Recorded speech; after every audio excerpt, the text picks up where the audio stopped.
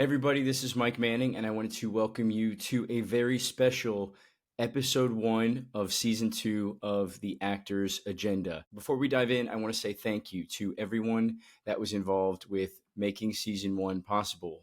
Producers, editors, and most of all, the audience. Everyone that tuned in and shared the episodes and liked and commented and made it what it was. It was a very successful season 1, and I'm very much looking forward to season 2. This podcast is called The Actor's Agenda, but it is not only for people in the entertainment industry. So whoever you are, wherever you are, I hope you leave each episode feeling entertained. I hope you learn something, and I hope you feel a little inspired to tackle the day with whatever you're pursuing. As always, the video of each episode will be available on YouTube, and the audio will be on Spotify and Apple Podcasts. So this season, we have great actors, writers, directors, producers. We'll still have special guests every week. We're going to have the same inspirational stories, and I'm going to share a bit more about myself and my journey this season. So if there are any guests that you like to see on the podcast, if there's anything that you would like us to cover on the podcast, please let us know in the comments. Also this season, I'm going to start each episode with some information about the guest and some information about what we talk about, so you know what you're getting in the interviews each and every episode. As for this episode is Jack Innanen.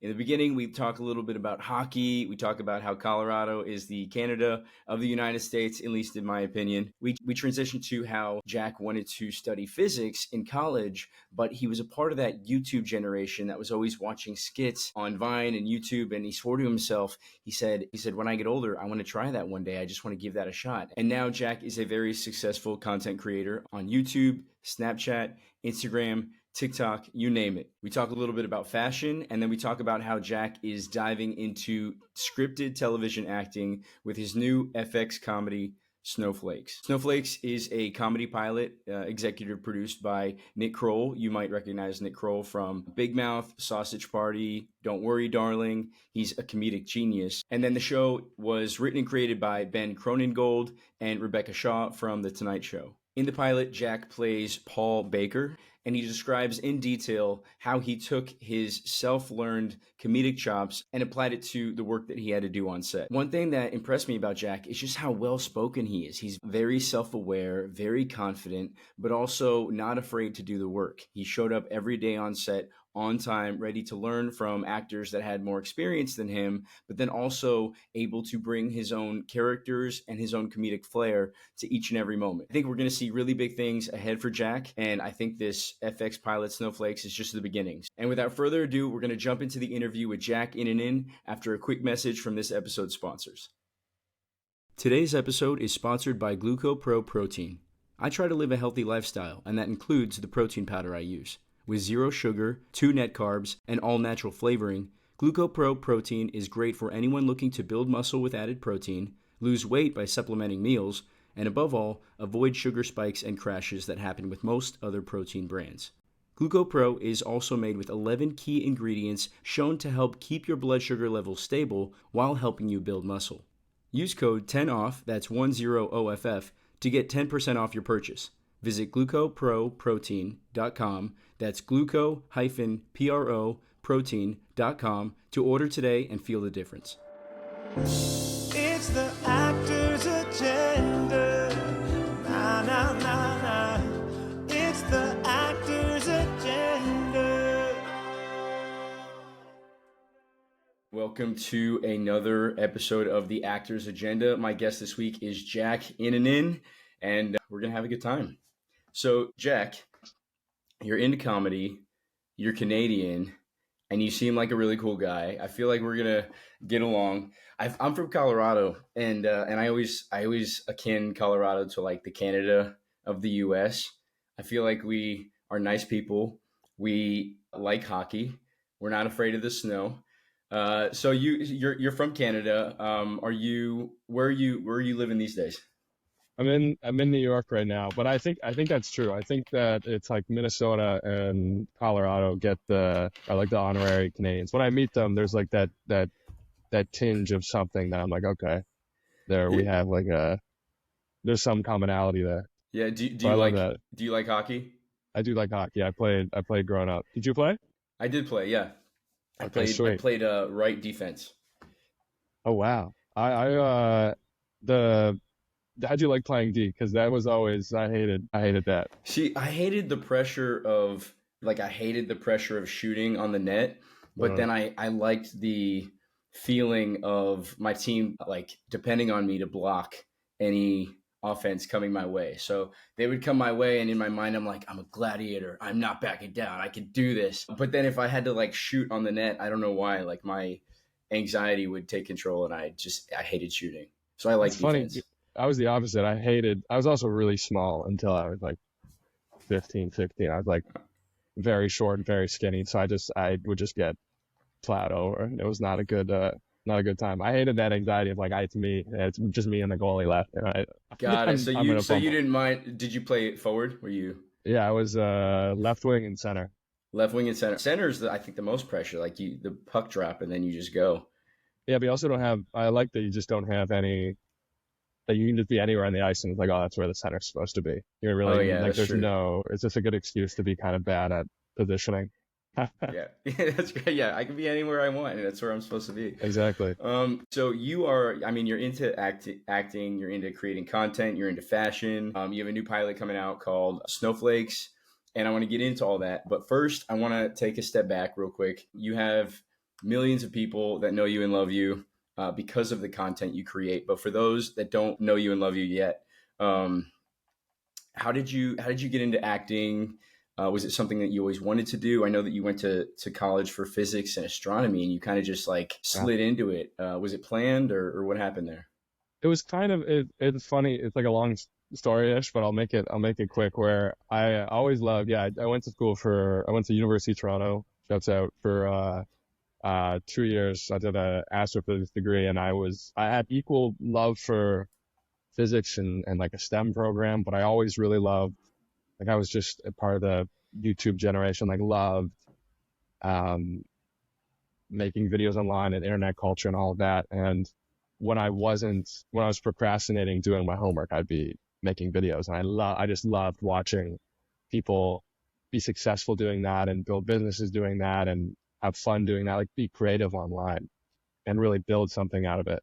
Um, and I was too young for Vine to be like a conscious, good, empathetic adult on Vine. I was like 14 to, it was 2013 to 2016. So I was like I was 14 to 17 years old. So I was too like not developed as a person yet. And so then I used to swear, I was like, if Vine 2 ever came out, like I would take it seriously because Okay, I saw the kind of second generation of internet creators were Viners turned YouTubers was when all like the brothers and the Dobricks and everyone kind of became this kind of second generation. And so I had just this after my second year of university, I was like, I can't keep doing this. I fell out of love and I was making little sketches on Snapchat. Like I just make little skits and like little character things, kind of what I started doing on TikTok on Snapchat, and just wanted to do that because it was more fun and had this like mental break at the end of second year. Made it a goal. I was like, TikTok was just coming out and it was becoming a thing in 2019. And so I planned, it sounds so cheesy now, but I was like, I'm going to post every single day from September 1st and I will give it 2 months to hit like 1 million followers. And if I do that, then I'll continue pursuing this. And if not, then I won't. And I missed it by just a little bit, but I it like, was enough to keep you going, and yeah, it that's was just, great. I fell in love with it. It was So fun. you're like, if that ever happens, I will be ready. And you Literally. jumped at the opportunity. You took a risk. You put yourself out there, and clearly, I mean, it worked. So Thank you. one thing that I'm impressed about with you is that you seem to have such a loyal fan base, despite a lot of content creators that I see when they try to talk about products or when they try to incorporate brand deals or whatever, it sort of alienates their audience. But one thing I notice about you is that you do such a great job at maintaining your comedy and maintaining, I think, in my opinion, the entertaining elements of like your content while sometimes talking about brands and allowing brands to either like sponsor a trip. I think you just went to like a UFC fight or something. You do you do all these things, but it's like it's content that if I were a viewer and I loved your comedy, I wouldn't be mad that you happen to mention an energy drink or you happen to mention, whatever these products are. Was that something that you had to learn how to do, or did that kind of just naturally fit with the type of comedy? I think I got lucky, and thank you for saying that, because that's like that's my best compliment I feel like I could get, is like that people like the brand deals, because it's a hard thing, and it's a always a difficult thing sometimes to integrate. But I think, yeah, part of that, like everyone, like how the industry works, and that you also don't want to be sold to. So just keeping it fun and integrating into a sketch instead of making it like, whenever I communicate with these brands, like I want to have it be integrated into a video and not just kind of have it so inauthentic, because then that just feels like this complete rejection from where I come from and what people come to expect, and like you're kind of painting like their favorite creator in this way. Like when I see some of my favorite creators and they do something that's so inauthentic or inorganic, oh my God, that sucks. They like, oh, they sold their soul. They're not like staying true to, which is hard. So I try to always, and so thank you for saying that, because that's my favorite compliment. Is looking at some of your recent stuff, and you started talking about like the tooth fairy, and I was like, oh wow, this is interesting. I just thought it was a normal sketch, and then 30 seconds in, you already had me, and then you start talking about student loan debt, and I was like, well, I don't even have student loan debt, but now I'm interested, like what else does he have to say? And then you go back to this tooth fairy, and it's just like I found myself being pulled into the narrative without even knowing that I was learning about a product, which I think is what the best commercials do. And I think that you're really that's what content is nowadays. You have like the old school car commercials on TV where they're selling success, or they're selling luxury, they're selling whatever. And then now I think brands are, and it's been happening for years, but I think brands are learning that, partnering with content creators that can use their authentic voice to just educate people and raise awareness about these brands, I think is a much more effective way to go about marketing their product, especially to younger audiences, about products like energy drinks or student loan debt. I mean, you're not going to be, I don't think that a commercial on TV is going to be as effective as what you're doing. So I feel like it's great. And you talked about building characters on Snapchat and just sort of creating these characters. Do you have any sort of like formal improv training or acting school training that you went to, or did you just kind of mimic what you saw and what you liked and then just started creating your own kind of characters? Yeah, no, absolutely no formal training, which I feel like I probably should at some point, but I just always loved doing that, and loved, I think my mom said that at one point. I'm kind of good at I like mocking always sounds bad, but like being able to, that was how I used to come up with my ideas, where I would walk down the streets of Toronto and just see people and try to imagine what their character would be like who would this person be in this scenario, and try to come up with that. And so no formal training, but there's so many people I grew up watching that, like Good Neighbor stuff on YouTube, Kyle Mooney, who they all ended up going to SNL. And then Jake and Amir, I get referenced to all the time. They're hilarious. And that style of the kind of absurd character and then like the straight man colliding is so funny. So no training there, but yeah, I mean, if I think that's, I mean, some people just have a gift of improv and thinking on their feet, and also just observing and mimicking and whatever, taking great things from performances. I mean, you have actors all over the place, and they're like, oh, like Leonardo DiCaprio talks about, watching Marlon Brando and James Dean. And then, you have younger actors talking about watching Leonardo DiCaprio, and depending on the style of acting. And I think you saying, look, I watched people that I respect their comedy and like their comedy, and I took what I liked and I left what I didn't. I mean, that's basically, you got free training. You taught yourself, which is fantastic. So, okay. So you are studying physics, you're studying astronomy. Is that something you might go back to someday? Or right now you're just like, I just want to sort of ride this wave of maybe I'll do a movie about an astronomer, but like at this moment, I'm full bore acting, that's my life.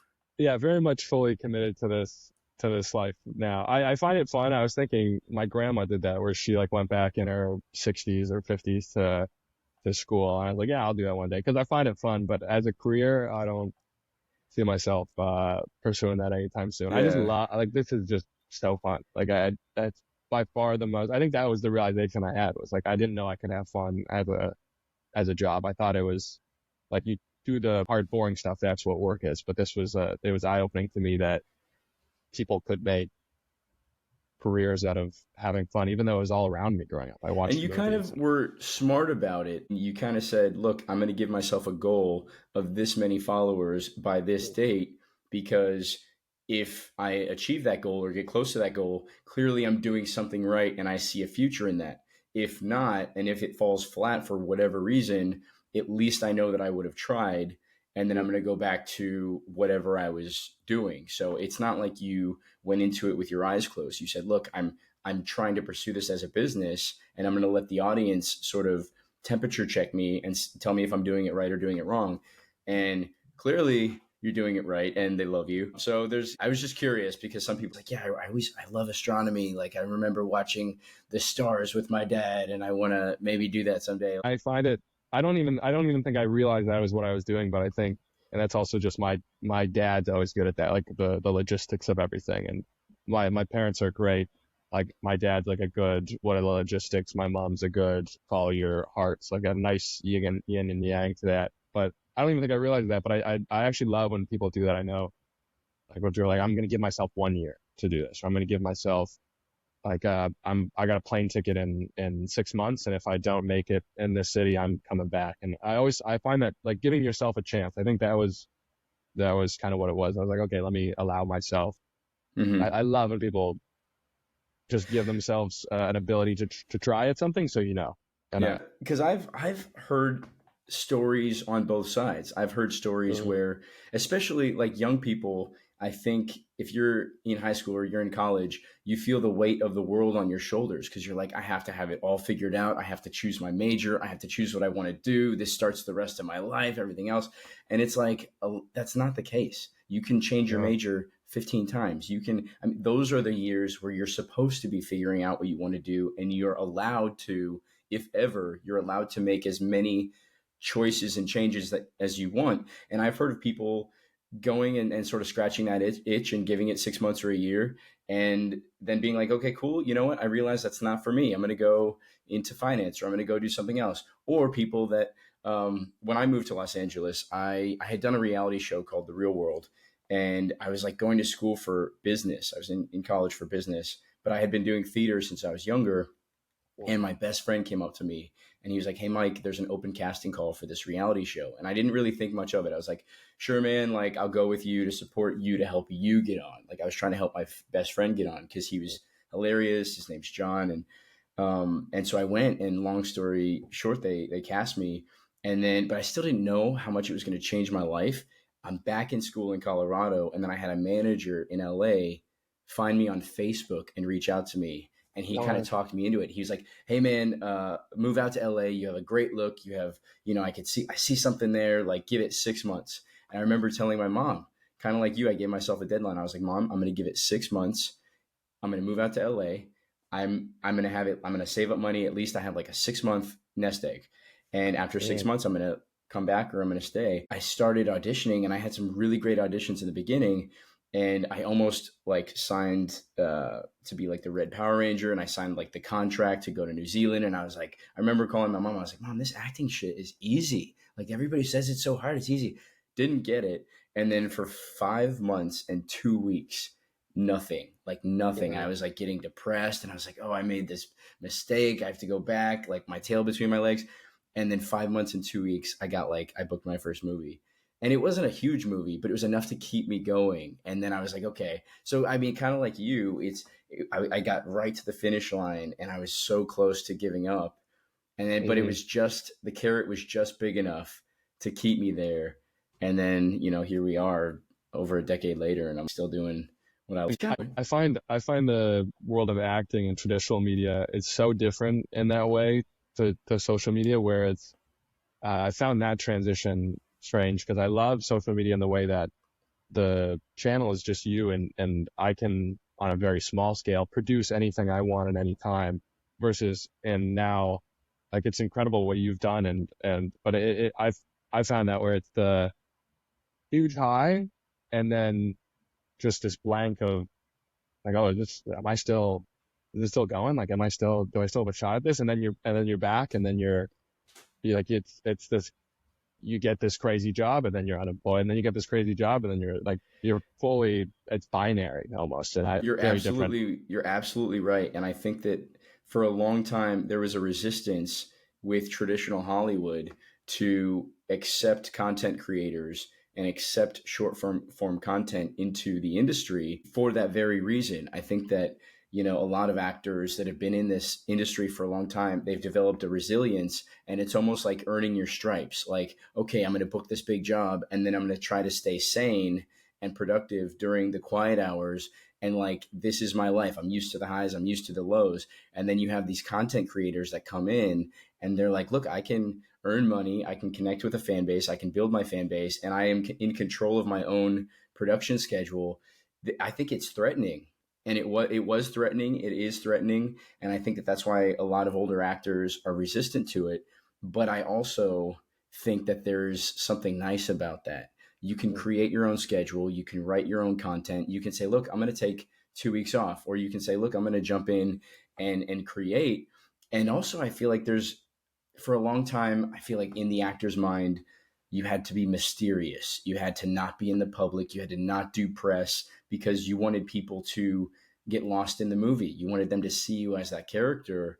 And I feel like that's also faded a little bit too. Like, your generation is not afraid to let people into their lives and to see who they are as people, knowing that when the time comes that you're hired for a pilot like Snowflakes, that you will be able to transform into that character and use your comedy, and it's not going to alienate your fan base. The fans that are with you are going to stay with you. And then if they don't watch your stuff and they're not familiar with you, then they're going to see you as the character anyway. Yeah, it definitely, I found that part strange. Like, especially the like you said, the connection, or like the almost parasocial relationship is so different in this with social media, where you can almost see too much of people. And then, how do you see them?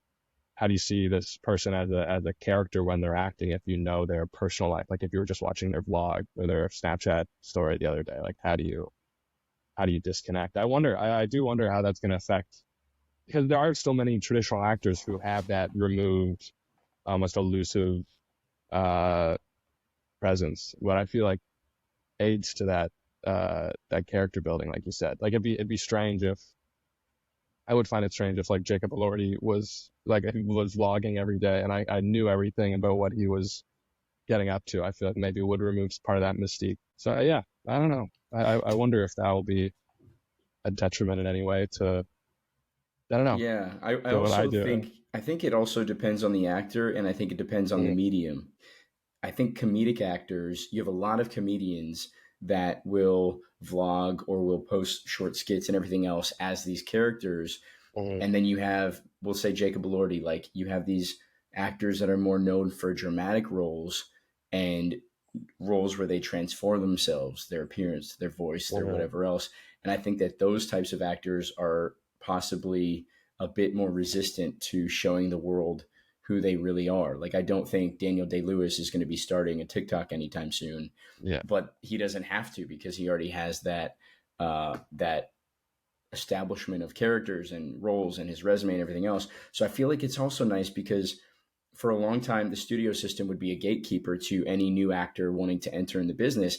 And if you're talented, someone like you can go online and create their own opportunities and not sit there and wait by the phone, for an agent to call them back or for an audition or something else. Now, on the flip side, I'm sure that you've become comfortable with running your own production schedule and creating your own characters. And, there's a thought that you have in your brain, and then you have that seed and you take it and you grow it into a skit, and then you release it and you can control the caption and the editing and everything else.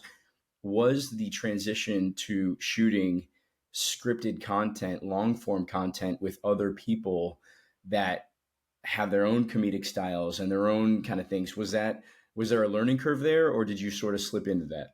Oh no, definitely like a big learning curve. You kind of hit the nail on the head on that for sure. Like I love the all encompassing aspect of doing what I do on social media. I think of the idea, I write the script, I perform the script, I edit the video, and then I distribute the video. I'm on all aspects versus now I just was completely kind of siloed to just a performing role. I don't write my lines. I can improv, and everyone the lines are hilarious. Everyone on Snowflakes absolutely hilarious and so talented. But it wasn't me even acting with my used to acting with myself or to truly like my wall.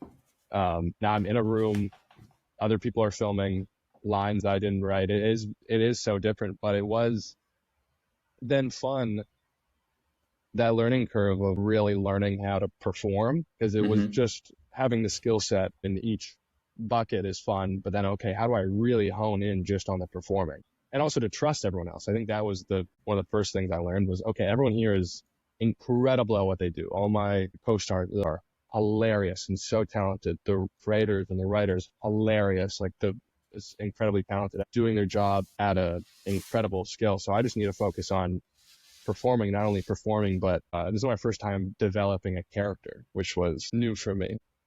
I learned that almost on the fly. It's watching everyone else develop a character. I'd never thought about who is this guy person? is, and how he's the same as me and how he's different from me and all these things. And I think it's great too, because I think a lot of, speaking from somebody that has spent years sort of learning how to build characters, I think a lot of acting is sort of just finding what method works for you. And it takes a while. If you use traditional training in classes, you go to classes and you're like, okay, I like this method for this, I like this. And some methods would work for one character, but they won't work for another. And personally, for me, I use different skill sets for drama versus comedy versus whatever.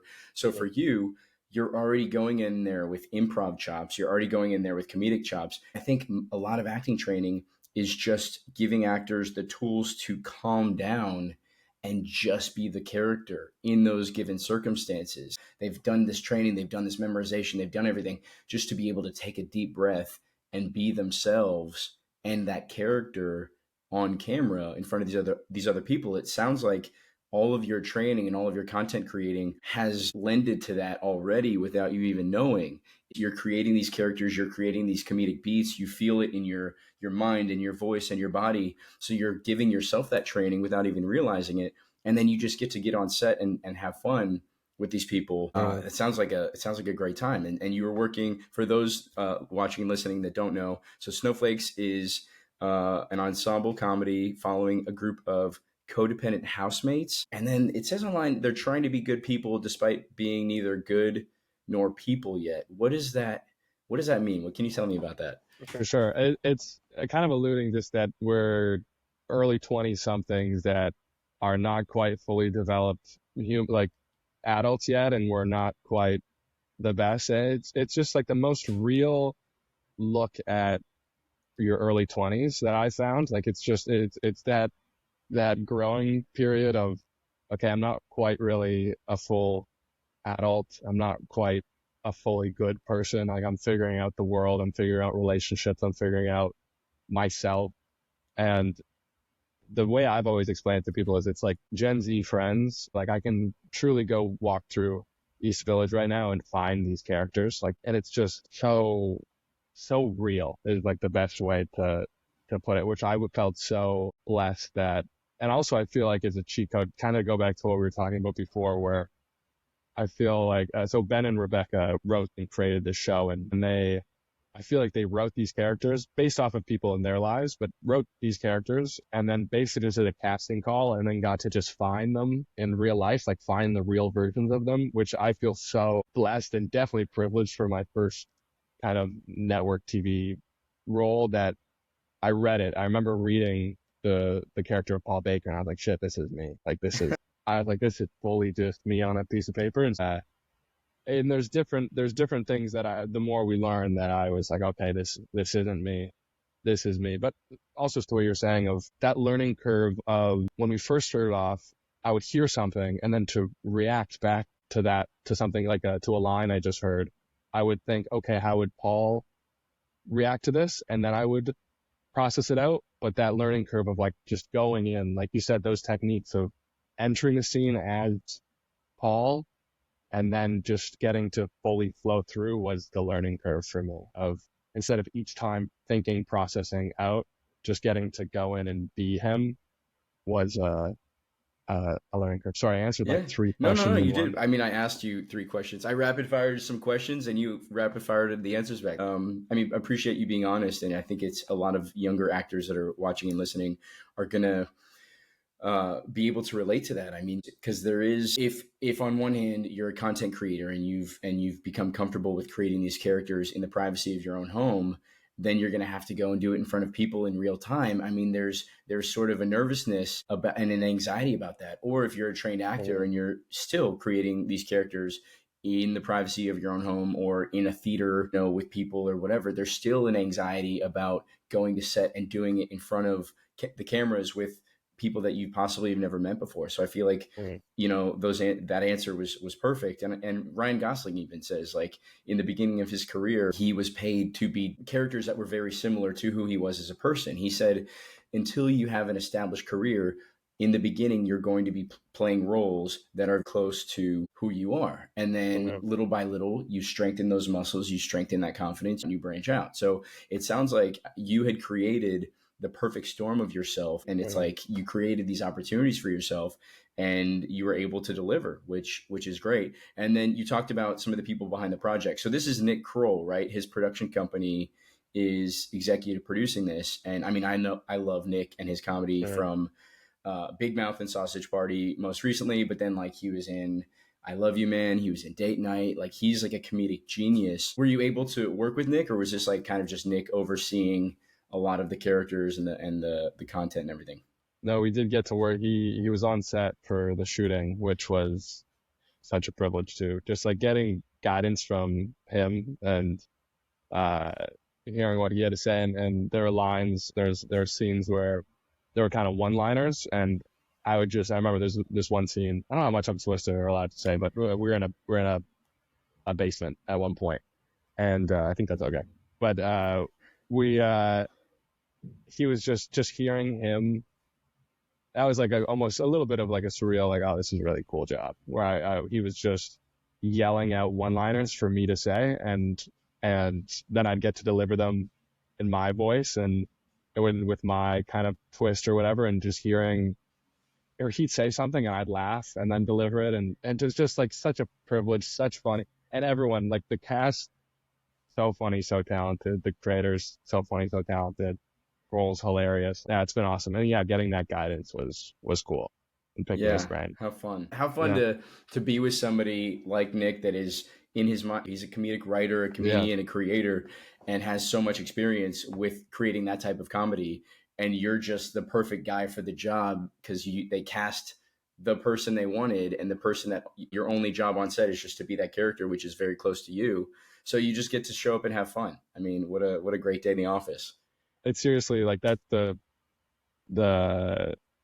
it's so different than what I've done before, where I get to kind of just show up and like the objective. I think a learning curve I had was taking it so seriously, where I was like, okay, I'm going to be I'm a actor now. Like I'm showing up and it was like a 4 a.m. or like 5 a.m. all time. I'm like, get up, get ready, go. I'm getting ready. I need to eat this and like have my lines, but I kept forgetting, like, my whole role right now is to just be silly on camera. Like I just need to go have fun on camera and like have fun with my friends who are my genuine friends, the cast. And we're just supposed to be having fun on camera. And I kept having to kind of tell myself, like, it's like, chill out.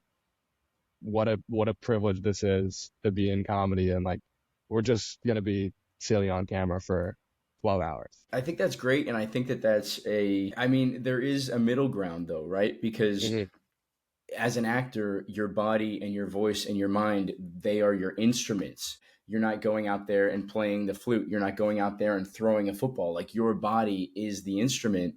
And to stay calm and to stay ready and to eat a good breakfast and to get enough sleep and to show up on set early so you're not stressing out. I mean, those are things that are no brainers. They seem like no brainers, but a lot of actors, I produce movies, like long form movies and scripts. And I've hired people for movies, and they'll show up on day one late and stressed out, and they'll have to run to their trailer and they'll need an extra 30 minutes. And in my mind, I'm like, why are you doing that for yourself? This is Yeah. already stressful enough as it is, saying these lines in front of all these people and doing all these things. Like, why couldn't you give yourself an extra 15 minutes to calm down and settle into it? So I applaud you for being responsible. And also, I mean, I think it's okay to be nervous. I think a lot of people, when I teach acting classes, a lot of people will be like, well, how do you not get nervous? And my reply to that is like, it's okay to be nervous. You're nervous because you care. You're nervous because you love what you do. You're nervous because you want to do a good job. And that's okay. If you just show up on set and you don't give a shit and you're not nervous, then in my opinion, you shouldn't be doing this. You don't care enough. Like, if you want to do a good job and deliver, then you're allowed to be nervous. And it's about taking those nerves, acknowledging those nerves, and then remembering that you're just going to set to have fun. And they already hired you, right? You're not auditioning. You're past that stage. They already like you. They already hired you. They already know that you can deliver this character. Now your job is to just stay in the physical and mental space to be able to do that when Nick Kroll is yelling lines from you from the dark shadows, and you just have to have fun with it and try. Yeah, I think that's true. It's a good middle ground of taking it seriously, and then when you're in it, being who you need to be while you're in it. But yeah, taking it, because I definitely had a couple moments where I was a little nervous, but yeah, recognizing that the nerves are just kind of manifestation of caring a lot about this, and then allowing yourself to enjoy. So you also worked with Carrie Dornetto, the showrunner from Aquafina is Nora from Queens. Did you know that you were going to be working with her before you started the project, or was that something you figured out on set? I did. I loved. She's incredible, and I know she also did Immunity and I believe Parks and Rec, and we would chat about that, and she's great. Did you already watch those shows, or did you watch those shows to prepare for the show, knowing that she would kind of bring a little bit of that style to the comedy, or how did you prepare for that? I have already watched that. Like, I pretty much everyone involved that had done something previously, I just naturally already been a fan and like loved what they did, and especially Community. Like, Community was something I watched in middle school or high school, and Donald Glover is like someone I've really admired for forever, like going from comedy, SNL, then to music, and then Atlanta, and Community, obviously, someone I found so cool and talented. So I definitely asked her a couple questions about how he was and his process and everything. But yeah, just naturally a fan of her work before, which was great. And so for anybody curious, in the new age of self-tapes versus in-person auditions, can you just give me a little insight into the audition process? I mean, was it all on self-tapes? Did you audition on Zoom? Did you go in person and sort of have to improv? What was that like? It was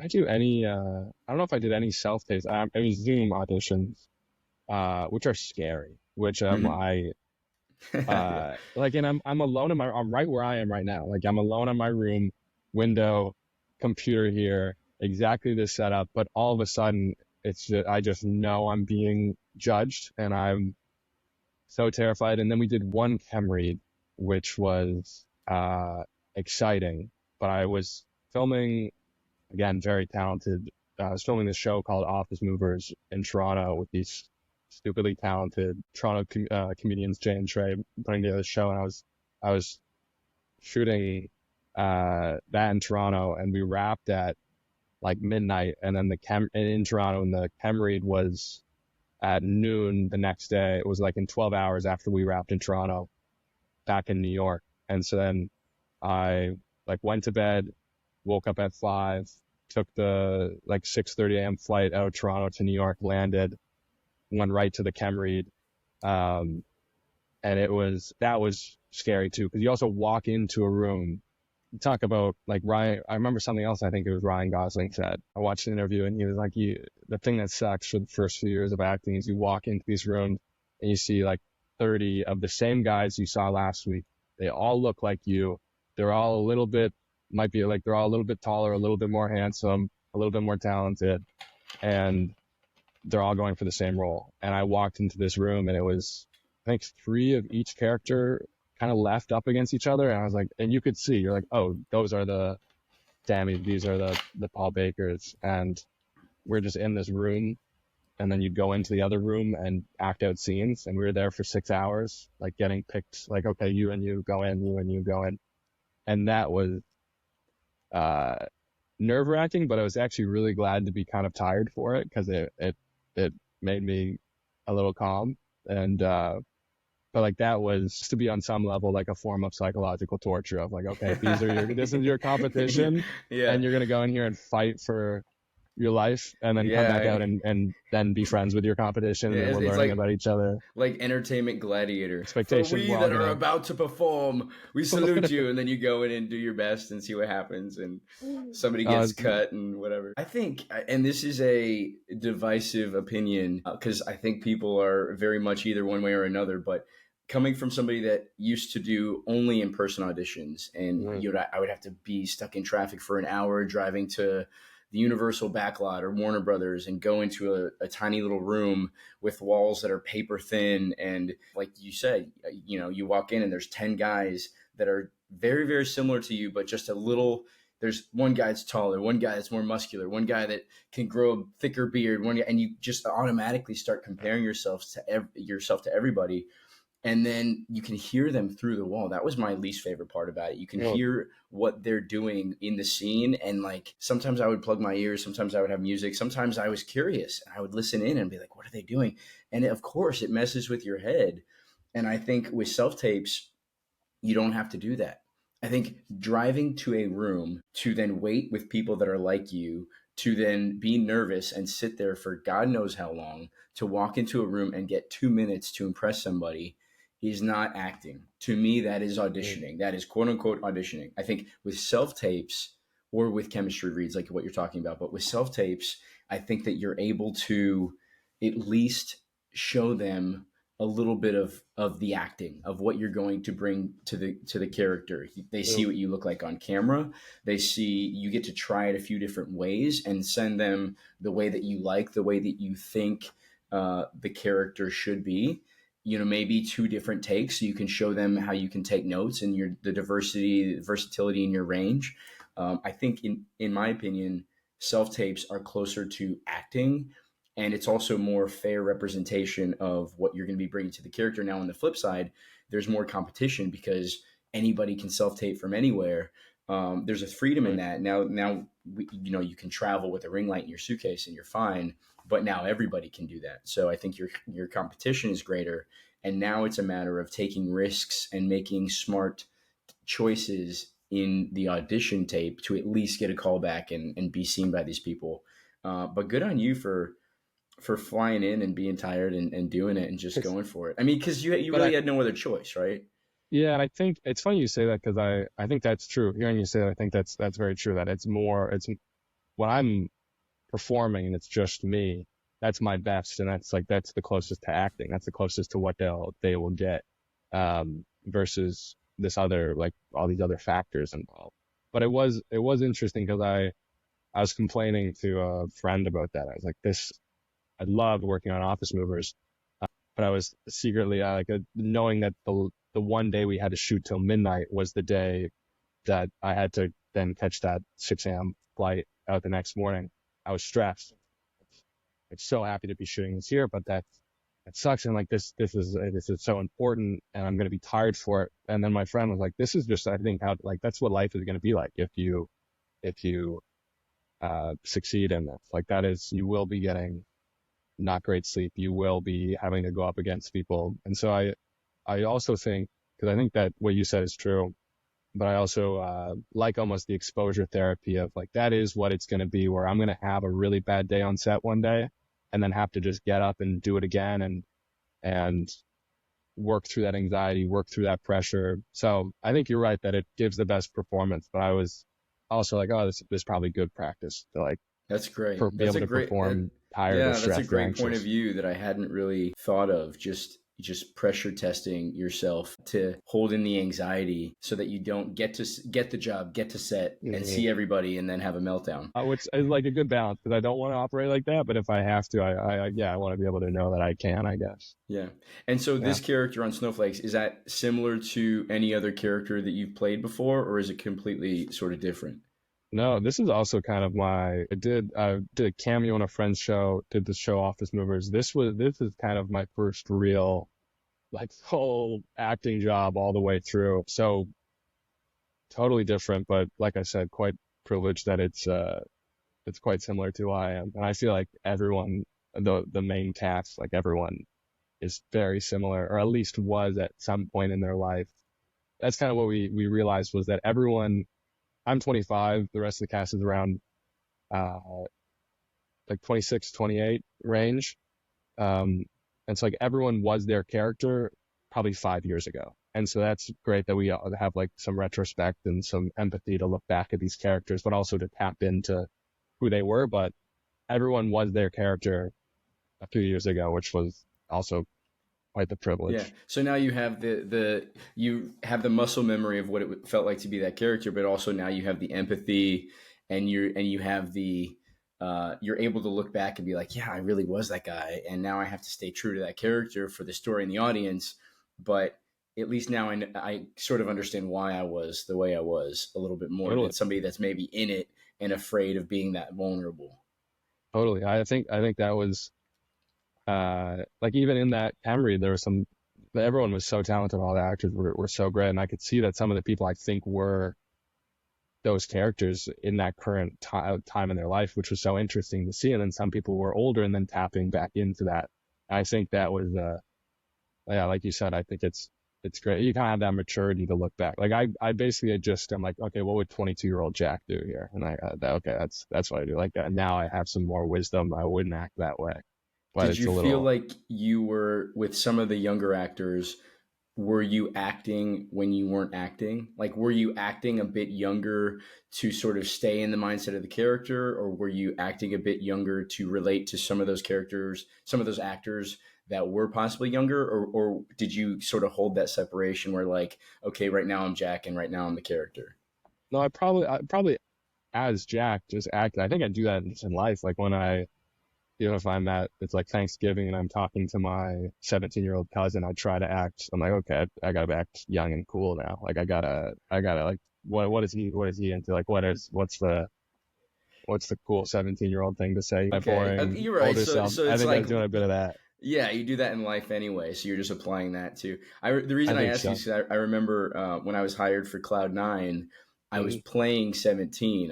My character Nick Swift was 17, but I was in my 20s, and most of the Mhm. other actors were like 18, 19, 20, and so I remember while we were on set, obviously we were all 17, but then offset, I remember having to act younger because I didn't want to feel ostracized. I wanted them to see me as the character. So I remember trying Mhm. to act younger and to tell different stories, or like what you just said with your cousin at Thanksgiving. Like, what are 17-year-olds talking about these Yeah. days? And so I found myself doing that. And we were in Utah for like 3 months, 3.5 months filming that. And I just remember after a while, I was like, I am exhausted acting when I'm not acting. Yeah. But I guess to your point, I guess we do that in life anyway. There are certain friends that we act a certain way with, and other friends that we act a certain way with. So I guess maybe that's just being human, maybe not even being an actor. I'm curious, did you do that from a social aspect where you wanted them to see you that way, or from an acting aspect where you're like, I want that to come across on the screen, or I want that to come across in my personal relationships? Yeah, I think maybe a bit of both. I think I Mm. wanted to, I think, everybody wants to make friends with their co-stars and new people they meet, right? So I think that I wanted them to like me as a person, but I also think I wanted to do, in my mind, I was doing everything that I could to have whatever we captured on screen be as authentic as possible. And I felt in my mind that they would treat me more like the character if they saw Mm. me as more of that character, if that makes sense. that totally makes sense. I think that was an interesting thing when getting to know the cast. I was wondering, like, oh, do I try to put on that like front of my character, or do we just fully get to know each other at the most intimate level, which is what we ended up doing. Like we were all like stories that I've only told like my closest of friends. It felt like summer camp in that way. The acting, yeah, I But I love love that. that. It was so fun. And also I think that that's an important thing I learned is like to then act and work with each other day in, day out. We have to really know each other. It's like all my flaws and my strengths and everything, they learned so quick. Like we were in Toronto for like 3 weeks doing this pilot, and they probably know as much about me as like some of my longtime friends. So it was, That's cool though, yeah, right? Because it's like you said, acting summer camp, but also in order to create on camera chemistry and to have those bonds. I mean, you're playing friends on the show, and so to in order to establish those bonds, you sort of have to get vulnerable very quickly. You have to hit the sure. gas on these emotional connections that you establish with these people because that's what you're playing on camera. If you're not comfortable with somebody and you don't know them at all, that's going to show on camera and you're not going to have that chemistry. But I think in our minds, once we decide, look, we have to play best friends, or we have to play boyfriend, girlfriend, or lovers, or whatever else that is on camera. Like I think the artist in you, the creative in you, switches that dial and says, okay, look, now I have to do that on a human level so that it's as authentic as possible. For sure. I couldn't imagine. I know that there's always those stories of co-stars hating each other or anything. Like I again think it's such a privilege that we're playing.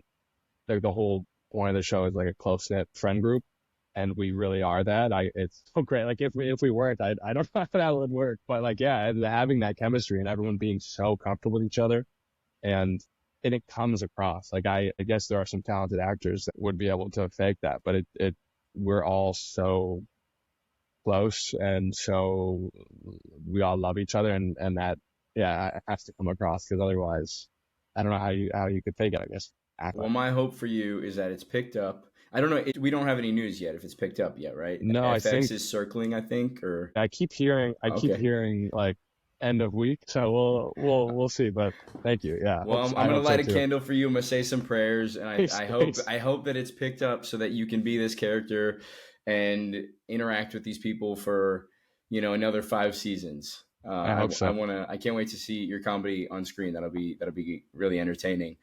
Thank you, Mike. Now I know I have to let you go. You're a busy guy. I have to let you go at some point. But before I do, this is just more for my own curiosity. So you're a content creator. You're from Canada, where a Yeah, Canadian tuxedo is like, what is that, like denim? then I'm on down.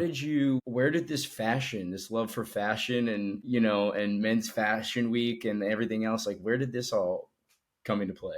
Dude, yeah, it's so out of left field, but I've always loved fashion. My sister's in fashion, trouble spending money on myself, on clothes and everything, but I've just always loved it. And it was an opportunity that came to me through kind of somewhat being like a public person in this way. And so I gave it a shot, and like, it just immediately fell in love with it. It is just so fun. That whole world is so fun. Just, it is the same way where, again, I was like, this isn't a real career. Like this, you can't actually do that. Go be goofy on camera, and that's your job. And the same thing, where I can go get dressed up, and that can be part of my job, and attend these events and meet interesting people who design cool clothes. And like, that's been the fun part of it. So just again, dipping my toes in and then falling in love with it and having fun. Like, it's just such a fun thing to wear cool clothes and get to be on camera. That's pretty much, How was Milan? oh, it's so nice. Have you been? I have, yeah. Yeah. I didn't go for Fashion Week, but I've been to Milan just separately from that, and I've walked around to like the shops and gone to Fashion Row or something where it's like all those Oh, yeah. shops. But I haven't gone there for. I've been to other fashion shows. But had you been to Milan before? Or was this your first time? I had, it was like such a long story here, but I did during that summer where I had that break of like, I can't keep doing physics. I gotta do, something else with my life. I think like was looking at I wanted to leave Canada and I wanted to get out and see the world. And I looked at any job that would pay for me to, like, where I could go travel to another country and work and live for free, like be fed for free, sleep for free. And I found two jobs. One was working as a busboy on a boat on the French Riviera, and the other one was teaching Italian children at like English at summer camps. And the summer camp accepted me, so I spent the summer of when I was 20, right when TikTok was becoming a thing. So my first TikToks ever are me at these Italian summer camps. And so I got to stay in Milan. Like we'd spend a week or two in random cities and just bounce around, and I would stay with host families and they would feed me, and it was great. So yeah, I spent like a summer in Italy, which was fun and for free. That doesn't sound too bad. That sounds great.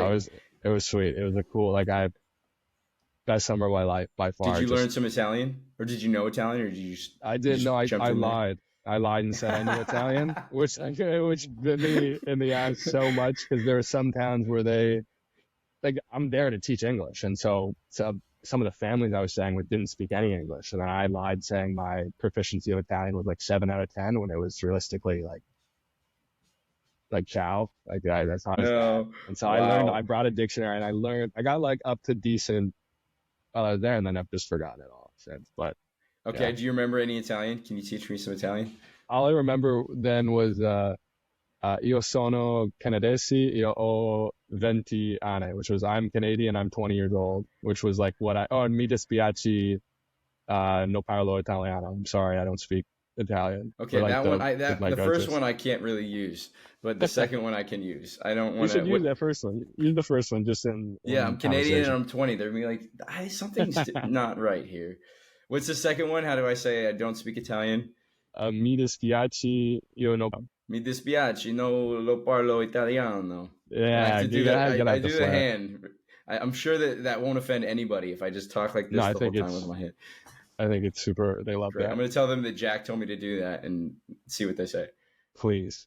Okay, cool, Jack. Well, the last question I like to end on with everybody, because a lot of, the people I'm trying to reach with this are people that are interested in the entertainment industry. And, a lot of what I think you talked about is not applicable just to entertainment. It's applicable to like taking risks and doing what you want to do and finding your passion. And, and you pretended to know Italian to like go travel. So case in point, it's nothing to do with entertainment. However, knowing this is now your passion and that this is what you want to do with your life for the foreseeable future, what would you, if you could go back and tell young Jack one thing, give him one piece of advice, what would that be? It would be to self-advocate. That was the biggest lesson I learned in that very pivotal year of 2019 for me, was that no one else is going to advocate for me besides myself, and definitely not to the same degree that I can. That was like the saving. It's so funny you say that, that was like my saving. Like I wrote that on my journal that year. My self-advocacy, like everything that I had wanted and desired in secret and privately, and I obsessed over in my own mind, I had never had left my mind. I just quietly pursued what I thought I was supposed to pursue. I never questioned. I never advocated, okay, I really do love creative stuff. I love comedy. I love making videos online. I love the business aspect of it. I love writing. I love all of these experiences I saw for myself. I just never advocated because I didn't think that it was for me. So just self-advocacy, like, saves my life in that way. So wow. that is what I would believing in yourself and not being afraid to fight for yourself. Yeah. I think I believed in myself, but never even took that first step. I was like, oh yeah, I could do that. And then just kept working away at what I was doing that day and just never took that first step, which is why I love when people give themselves a timeline. Because that was, for me, it was like, okay, I'm doing that just for this. Like, I don't know how this is going to end. But like you said, just making it happen. Yeah. I think a lot of people have imposter syndrome in the beginning. I think that they believe, oh, this isn't for me, or I haven't put in the work, or I'm not worthy, or whatever else. And they have imposter syndrome. not realizing that like the only way to get out of that imposter syndrome is to do exactly what you're talking about, to advocate for yourself, to be your own cheerleader, to knock on those doors until they open for you. And then once you get in there, you know, you perform and you do your best, but like nobody's going to work harder for you than you. A lot of people, I think in this industry, they think, oh, I have an agent or I have a manager, or, oh, I can't even start until I get an agent or a manager to start pitching me and everything else. They make 10% of the money or 20% of the money because they do 10% of the work or 20% of the work. Like you need to do the other 80%, 90%, and nobody's going to work harder for you than you. And I think in your case, I think you were doing that for yourself without even knowing it. I mean, you loved creating content and connecting with people, and maybe it was conscious, maybe it was unconscious, but you were planting the seeds of creating these characters, of sharpening your comedic chops, of building a fan base that would support you and love you and be rooting for you for these projects. And also, you know, creating opportunities with brands and ways to make money and ways to keep going while you were doing this. Because nobody likes to, if you're devoting all of your waking hours to earning money in other ways, or you have to have a job that you hate, I mean, your acting is going to suffer, right? Your entertainment, what you can offer as an entertainer is going to suffer. So I feel like maybe knowingly or unknowingly, you were already starting to advocate for yourself. I mean, of course, knowingly, you wrote it on your journal to self-advocate. So I think at whatever point it became a conscious thing that you were doing. I think it needs to, because I think the sentiment that I felt so naively, and I think maybe some other people might feel, was that it was just going to happen, like that someone was going to enter my life and like, you can now, I see what you see and you've never spoken out loud. You can now be this person. Like, I'm going to help you. Or there was I forget his last name, but there's a talented, funny comedian online, Caleb something. I'm feel horrible. I forgot his last name, but he was saying how you have to do it. Like I wanted to, he was like, you can't call yourself a writer and not be writing every day. Like that's how, and I think it was just seeing these people and assuming that they had something that I didn't, or that they had some person enter their life in a way that I hadn't, to tell them that now you're this thing. Like a writer just writes every day. If I want to be a writer, I just have to write every day. There's no difference between that. And I was like, oh, if I want to make videos online, I just have to make videos every day. Or I want to be an actor, I have to start acting every day. Or not even every day, but like I expected someone to come into my life and be like, you can now be this person. And they give me the permission. And just like that was the difference, was there's no one's going to give me permission. I have to give myself permission to do that. I think that's kind of what impacted me. I love that. And I feel like that's applicable again to entertainment, but also to any sort of thing you want to do. Is like, don't wait for permission. Don't wait for a fairy godmother to come in and say, oh, I'm going to make this happen for you. Just create those opportunities for yourself. Totally. I always expected that other people had that, for whatever reason, had that fairy godmother come in. And of course, there's a level of nepotism sometimes, but I think for 98% of people that can't rely on their mother being, you know, this actress, or their father being whatever actors, I think that for the other 98%, you have to create your own opportunities and self-advocate. Jack, this has been fantastic. If people want to find you and follow your stuff, obviously tuning into Snowflakes, cross our fingers when it's picked up. Other than that, where can they find you? It's Jack Innanen on Instagram, Young Jack Innanen, YUNG on TikTok, and go watch Snowflakes when it's out, and The Office Movers is out this fall, I believe. Office Movers also out this fall. All right. Yes. Well, thank you so much, Jack, for your time. This has been great. Thank you so much, man. All right. Everybody else, until next time. It's the